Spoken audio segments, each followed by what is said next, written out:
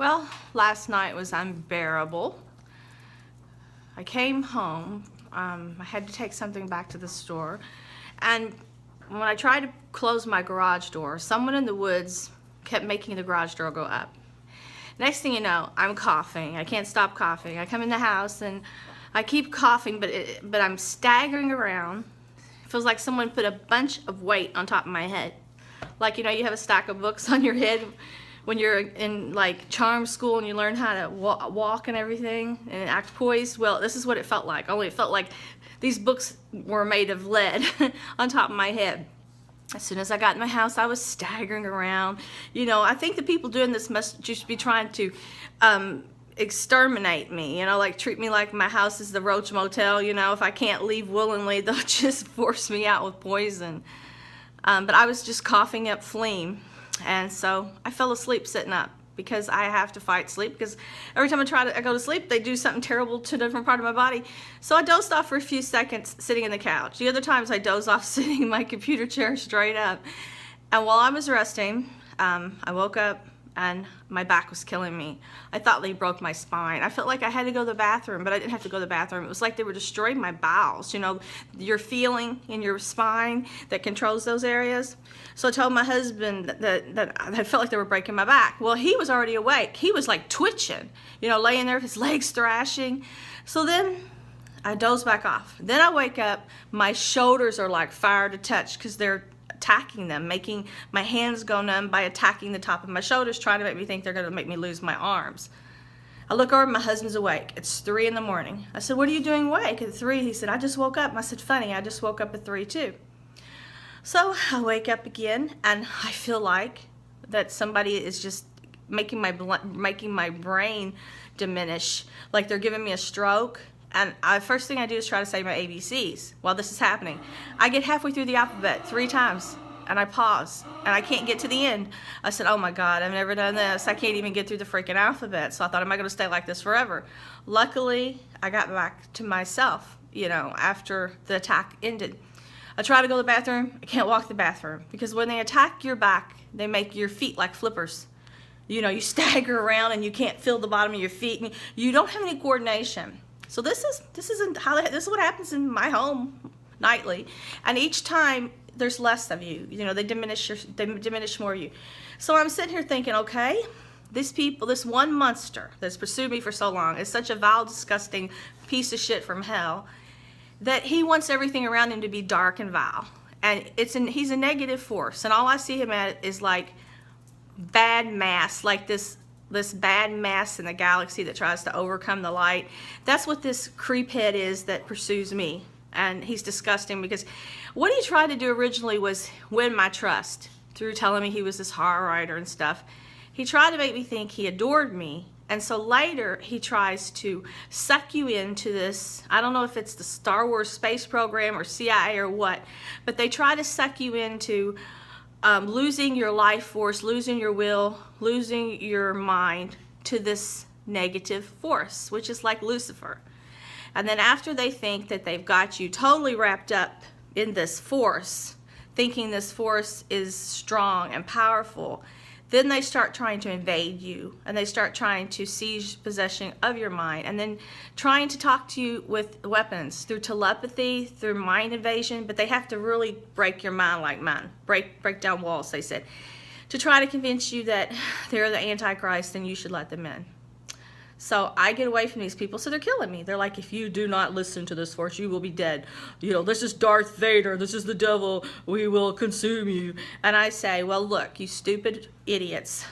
Anybody that would create these weapons is stupid. You created something and enslaved you. You are not powerful. We are a spirit. We are not invincible. We will never be immortal. Our body is a vessel that we live in temporarily, that we should treat beautifully. We should take care of our vessel. We shouldn't let all these freaks in like you people do when you have orgies and stuff. You should not get intoxicated. You should not put toxic substance into your body. I mean, I'm guilty of it if I eat bad food, but it's not like it's something that's going to alter my thinking or pollute my soul. You should never do it, but if you want to do it, that's your body. You know, destroy it. But you creeps that have that have a broken life, who have come from a very dark place or had trauma in your life or something. You want to devour the rest of humanity and darken everyone because you are messed up inside. You're demented. So what do demented people do? They have so many phobias and sick obsessions, and their minds are so twisted. They create weapons thinking it gives them power when all it does is enslave humanity. What you should be doing is nurturing your soul. This body dies. Your soul is the only thing that's going to live on. But look at these people's faces. Do you think they have a happy soul? A happy soul is when you see that little baby that comes into the world that has the priceless smile, that all of a sudden you feel this light and radiance. You say, oh, the world is lit up. We have a beautiful being that can bring joy to everyone else. When people are feeling sorrow, you just see a spirit from heaven above that's here, shining brightly. And all of a sudden you're transformed and the world is beautiful. But these monsters, they got a hold of me in my youth when I didn't even know I had anything to offer, when I didn't feel like I had anything good, because I was still too young and I didn't know myself. And they fed me with lies, and they tried to destroy it. And then they say, oh, you were the sweetest spirit to feed off of. You were beauty and innocence and purity, and oh, you tasted so good. Oh, we loved destroying your life force. We loved feeding off your light. And looking back, I do see that that I was a powerful spirit because God was in me. But every day they fight to take what light there is in me. And I tell myself, it's just bullshit. It's just bullshit. Because as long as I can smile, and as long as I have faith in God is there. It's like on days when they treat me the worst, like yesterday and the day before, all these little birds just came and sang to me, and the little raccoons were outside my door. Squirrels run in front of my car, and I'm like, I almost hit them. It's like on days when I know I'm with God, or if they're attacking me and I feel like shit, I feel like there's nothing good inside, I will just pray, and all of a sudden this sun will shine bright and little animals will come, and that's God's way of telling me I'm always here. Just don't let them convince you that there's a wall between you and me, and don't let them make you think so little of yourself that you get in that dark place with them. It's all an illusion. And so their version of the world is bullshit. It's just an illusion. Anyone who has a brain would not create these weapons. That is not power. Power is nurturing your soul and creating a beautiful vessel where your soul can dwell. And power is letting God reflect through you and not being afraid. Power is not wearing a tiara and talking about your bloodline as if it's better than someone else's, and putting on a phony show. If you look at these people, a lot of them are so cosmetic, and they have to hold their head a certain way, and they look around every second to see if they're being watched, and they have to have constant attention, and they have to have like the fake eyelashes, and it's just an example as is how cosmetic they think they are. But if they're out doing terrible things to their body and accepting every toxic person and toxic thing into their being, but yet they go to the plastic surgeon and they get their face in place and they present the appearance that they're perfect, they're the biggest fools of all. Nobody's perfect. And if you can have a good soul and you can be close to God, I think that's as close to perfect as you can get. When you can feel close to heaven, that's as close to being in a perfect place as you can get. And when you see a little baby that doesn't know about evil in the world, that hasn't been tainted, that's as close to perfect as you can get. And the sad part is these sick monsters are doing so many unspeakable evil experiments and crimes. They're creating forms that have a being, and they live just a short time, and they're here and they're in hellish agony. Their short time here on earth is so brief, and it's filled with suffering. And in all the visions I've had and the sights I've seen, what I am witnessing is suffering of people from long ago who such ignorant monsters mistreated, they stole their life, they were stupid, and they made their short time here on earth filled with anguish.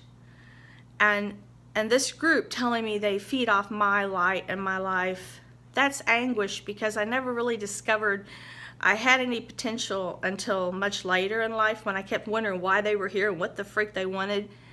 And I never really got to really love who I was, because I was just in the process of trying to turn myself into something that I could admire, you know. So, but then God tells me, I made you perfect when I created you. We're all perfect through God's eyes, because we're His creation. And what is it? The moment of conception is beautiful, you know, and we're all a part of God, and God is in us. But when man tries to rebel God and tries to create man-made things to take over the planet loses its beauty. And these people try to make people lose their worth. They try to take celebrities and people and they try to trash them, because their idea is to break them young so they can make money for them, and so they can live through them, feed off of them. Those people are lost, and that's the reason you see the world going into darkness and everybody miserable. Look in their eyes, look in their faces. When you feed off people, knowing that you've just got one life yourself, that is the greatest crime against you and God. And you will suffer, because you respect that light and beauty and everything, because that's God. That's God living through people. That's the higher place coming through our being.